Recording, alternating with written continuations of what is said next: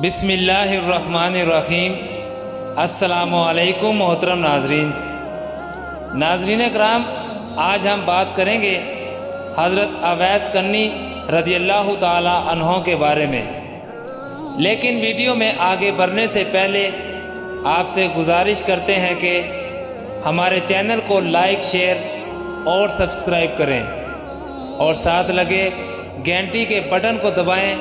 تاکہ ہماری ہر آنے والی ویڈیو آپ تک بر وقت پہنچ سکے۔ ناظرین کرام، آپ جلیل القدر تابعین اور 40 پیشواؤں میں سے ہوئے ہیں۔ حضور اکرم صلی اللہ علیہ وسلم فرمایا کرتے تھے کہ اویس احسان و مہربانی کے اعتبار سے بہترین تابعین میں سے ہے، اور جس کی تعریف رسول اکرم صلی اللہ علیہ وسلم فرما دیں، اس کی تعریف دوسرا کوئی کیا کر سکتا ہے۔ بعض اوقات جانب یمن روئے مبارک کر کے حضور فرمایا کرتے تھے کہ میں یمن کی جانب سے رحمت کی ہوا آتی ہوئی پاتا ہوں۔ حضور اکرم صلی اللہ علیہ وسلم فرماتے ہیں کہ قیامت کے دن 70,000 ملائکہ کے آگے جو اویس کرنی کے مانند ہوں گے، اویس کو جنت میں داخل کیا جائے گا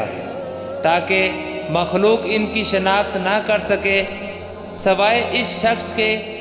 جس کو اللہ ان کے دیدار سے مشرف کرنا چاہے، اس لیے کہ آپ نے خلوت نشین ہو کر اور مخلوق سے روپوشی اختیار کر کے محض اس لیے عبادت و ریاست اختیار کی کہ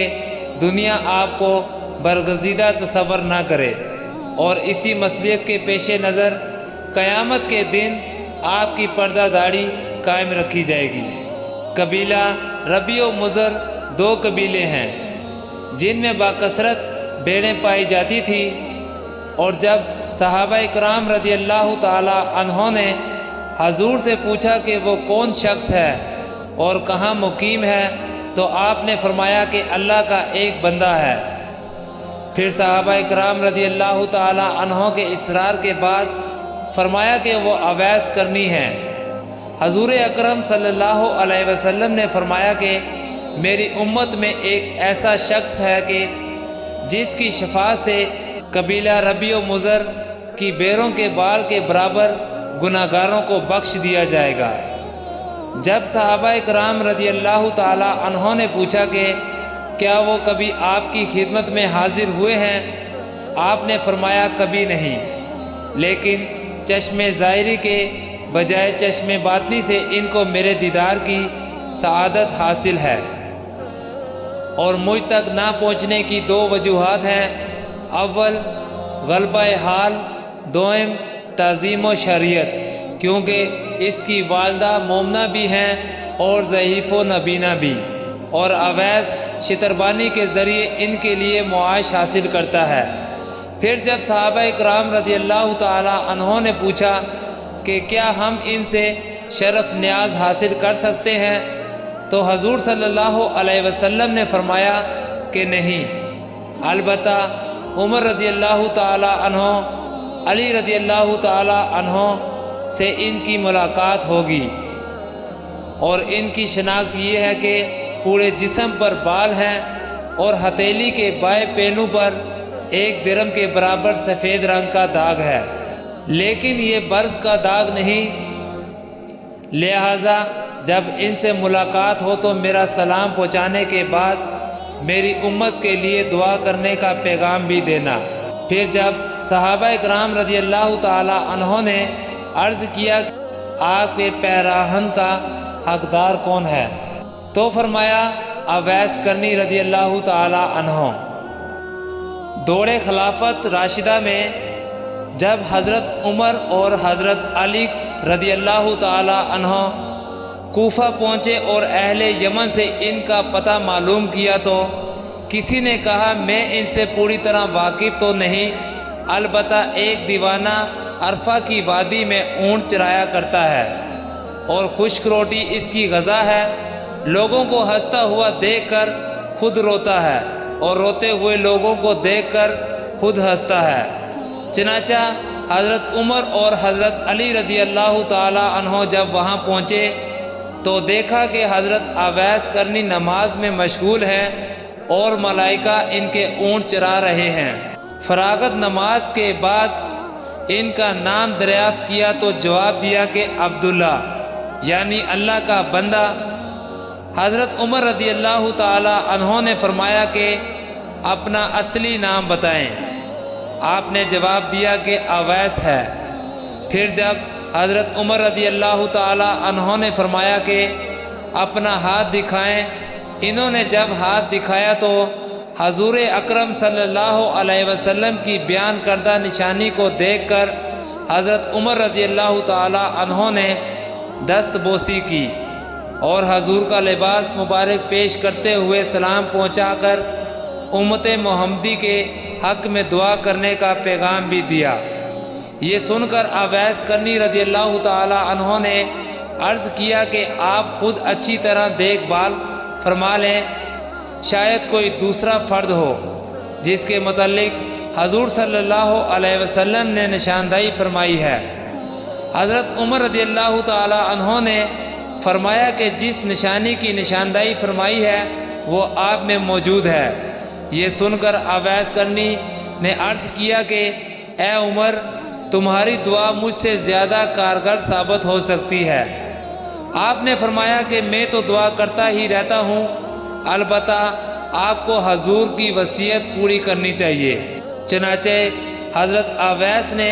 حضور کا لباس مبارک کچھ فاصلے پر لے جا کر اللہ تعالیٰ سے دعا کی کہ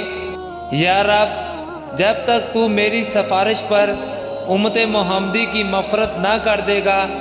میں سرکار دو عالم صلی اللہ علیہ وسلم کا لباس ہرگز نہیں پہنوں گا، کیونکہ تیرے نبی نے اپنی امت کو میرے حوالے کیا ہے۔ چنانچہ غیب کی آواز آئی کہ تیری سفارش پر کچھ افراد کی مغفرت کر دی۔ اسی طرح آپ مشغول دعا تھے کہ حضرت عمر رضی اللہ تعالی عنہ اور حضرت علی رضی اللہ تعالی عنہ آپ کے سامنے پہنچ گئے،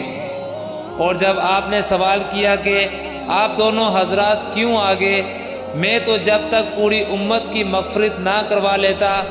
اس وقت تک یہ لباس کبھی نہ پہنتا۔ حضرت عمر رضی اللہ تعالی عنہ نے آپ کو ایسے کمبل کے لباس میں دیکھا جس کے نیچے تو نگری کے ہزاروں عالم پوشیدہ تھے۔ یہ دیکھ کر آپ کے قلب میں خلافت سے دست بداری کی خواہش پیدا ہوئی اور فرمایا کہ کوئی ایسا شخص ہے جو روٹی کے ٹکڑے کے بدلے میں مجھ سے خلافت خرید لے۔ یہ سن کر حضرت اویس رضی اللہ تعالی عنہ نے کہا کہ کوئی بے وقوف شخص ہی خرید سکتا ہے، آپ کو تو فروخت کرنے کے بجائے اٹھا کر پھینک دینا چاہیے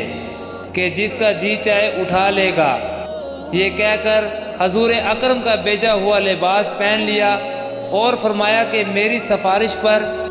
بنو ربیع اور مضر کی بھیڑوں کے بالوں کے برابر اللہ تعالیٰ نے لوگوں کی مغفرت فرما دی۔ اور جب حضرت عمر نے آپ سے حضور اکرم صلی اللہ علیہ وسلم کی زیارت نہ کرنے کے متعلق سوال کیا تو آپ نے ان سے پوچھا کہ اگر آپ دیدار نبی سے مشرف ہوئے ہیں تو بتائیں کہ حضور کے ابرو کشادہ تھے یا گنے، لیکن دونوں صحابہ جواب دینے سے معذور رہے۔ حضرت اویس نے کہا کہ اگر آپ رسول اللہ صلی اللہ علیہ وسلم کے دوستوں میں سے ہیں تو یہ بتائیں کہ جنگ احد میں حضور کا کون سا دانت مبارک شہید ہوا تھا اور آپ نے اتباع نبوی میں اپنے تمام دانت کیوں نہ توڑ ڈالے۔ یہ کہہ کر اپنے تمام ٹوٹے ہوئے دانت دکھا کر کہا کہ جب دانت مبارک شہید ہوا تو میں نے اپنا ایک دانت توڑ ڈالا، پھر خیال آیا کہ شاید کوئی دوسرا دانت شہید ہوا ہو۔ اسی طرح ایک ایک کر کر جب میں نے تمام دانت توڑ ڈالے اس وقت مجھے سکون نصیب ہوا۔ یہ دیکھ کر دونوں صحابہ رضی اللہ تعالی عنہ پر رکعت طاری ہو گئی اور یہ اندازہ ہو گیا کہ پاس ادب کا حق یہی ہوتا ہے گو حضرت اویس رضی اللہ تعالی عنہ کو دیدار نبی سے مشرف نہ ہو سکے، لیکن اتبار رسالت کا مکمل حق ادا کر کے دنیا کو درس ادب دیتے ہوئے رخصت ہو گئے۔ جب حضرت عمر نے اپنے لیے دعا کی درخواست کی تو آپ نے کہا کہ نماز میں التحیات کے بعد میں یہ دعا کیا کرتا ہوں، اے اللہ تمام مومن مردوں اور عورتوں کو بخش دے، اور اگر تم ایمان کے ساتھ دنیا سے رخصت ہوئے اور تمہیں سرخ روئی حاصل ہوگی، ورنہ میری دعا بے فائدہ ہو کر رہ جائے گی۔ حضرت عمر نے جب وصیت کرنے کے لیے فرمایا تو آپ نے کہا کہ اے عمر، اگر تم خدا شناس ہو تو اس سے زیادہ افضل اور کوئی وصیت نہیں کہ تم خدا کے سوا کسی دوسرے کو نہ پہچانو۔ پھر پوچھا کہ عمر کیا اللہ تعالیٰ تم کو پہچانتا ہے؟ آپ نے فرمایا ہاں۔ حضرت اویس نے کہا کہ بس خدا کے علاوہ تمہیں کوئی نہ پہچانے، یہی تمہارے لیے افضل ہے۔ حضرت عمر رضی اللہ تعالی عنہ نے خواہش کی کہ آپ کچھ دیر اسی جگہ قیام فرمائیں، میں آپ کے لیے کچھ لے کر آتا ہوں۔ تو آپ نے جیب سے 2 درہم نکال کر دکھاتے ہوئے کہا کہ یہ اونٹ چرانے کا معاوضہ ہے، اور اگر آپ یہ ضمانت دے دیں کہ یہ 2 درہم خرچ ہونے سے پہلے میری موت نہیں آئے گی تو یقیناً آپ کا جو جی چاہے عنایت فرما دیں، ورنہ یہ 2 درہم میرے لیے بہت کافی ہیں۔ پھر فرمایا کہ یہاں تک پہنچنے میں آپ حضرات کو جو تکلیف ہوئی اس کے لیے میں معافی چاہتا ہوں، اور اب آپ دونوں واپس ہو جائیں، کیونکہ قیامت کا دن قریب ہے اور میں زیادہ آخرت کی فکر میں لگا ہوا ہوں۔ پھر ان دونوں صحابہ کی واپسی کے بعد جب لوگوں کے قلوب میں حضرت اویس کی عظمت جاگزیں ہوئی اور مجمع لگنے لگا تو آپ گھبرا کر کوفہ میں سکونت پذیر ہو گئے، اور وہاں پہنچنے کے بعد بھی صرف حرم بن حبان کے علاوہ کسی نے نہیں دیکھا، کیونکہ جب سے حرم بن حبان نے آپ کی شفاعت کا واقعہ سنا تھا، اشتیاق زیارت میں تلاش کرتے ہوئے کوفہ پہنچے۔ ناظرین کرام، اگلی مرتبہ آپ کی خدمت میں ایک نئی ویڈیو کے ساتھ حاضر ہوں گے۔ اللہ حافظ۔